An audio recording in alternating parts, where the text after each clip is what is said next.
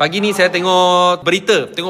Kita punya Agong kan cakap. Agong cakap apa sudah? Agong kita cakap, kalau tak terima bahasa Melayu, lebih baik jangan duduk Malaysia. Dia cakap macam tu lah. Lepas tu, banyak sangat Cina. Dia orang sudah translate. Lepas tu, Cina pergi sana komen. Kenapa kita terpaksa kena belajar Malay? Kenapa terpaksa ini? Kenapa terpaksa tu? Suruh Melayu belajar Cina lah. Orang cakap kalau tidak terima. Bukan kata kalau tak faham. Sohai dengar pun tak faham. Kan ni Cina dengar pun tak faham. Lagi mau komen.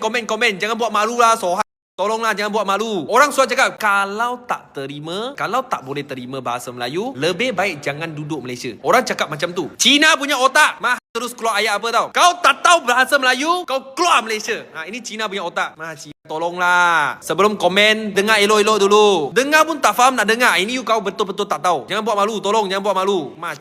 Saya tengok dia orang punya komen, wah lane tu Cina punya komen semua bodoh, betul-betul bodoh. So bukan cakap semua Cina lah, tapi banyak Cina macam tu lah. Bukan semua Cina bodoh, tapi banyak yang bodoh. Lepas tu telur pula tak ada. Telur tak ada. Berani komen dekat situ saja.